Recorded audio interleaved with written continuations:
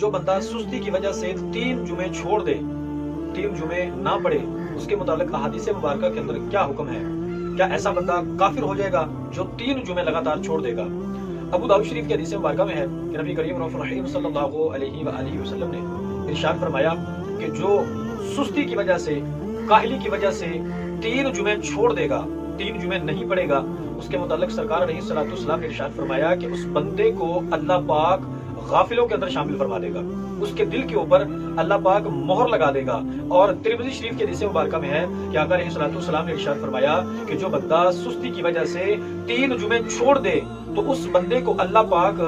منافقوں کی لسٹ کے اندر شامل فرما دے گا، اور وہ ایسی کتاب کے اندر اللہ پاک اس کا نام درج فرمائے گا کہ جو کتاب نہ تبدیل ہو سکتی ہے اور نہ اس کتاب کو مٹایا جا سکتا ہے۔ میرے دوستوں، جو جمعے کی نماز کو بغیر کسی وجہ کے ترک کر دیتے ہیں، اور بعض تو ایسے ہیں کہ نعوذ باللہ جو پورا سال ہی جمعہ نہیں پڑھتے، فقط عید کی نماز پڑھی اور اس کے بعد سال بعد دوبارہ عید کی نماز کے وقت ہی وہ مسجد کے اندر نظر آتے ہیں، باقی پورا سال ہی وہ جمعے کی نماز نہیں پڑھتے۔ الامان والحفیظ، تو جو ایسا کرتے ہیں اللہ رب العزت کے قہر و غضب سے ڈرتے ہوئے وہ بندے نماز بھی پڑھا کریں، اور جمعہ کی نماز جو ہے وہ بالخصوص جو ہے اس کا اہتمام کیا کریں، جمعے کی نماز کو ترک نہ کیا جائے، تاکہ ہم اس وعید سے بچ جائیں کہ جو حدیث مبارکہ کے اندر وارد ہوئی ہے۔ اللہ پاک ہم سب کو نماز جمعہ پڑھنے کی توفیق نصیب فرمائے۔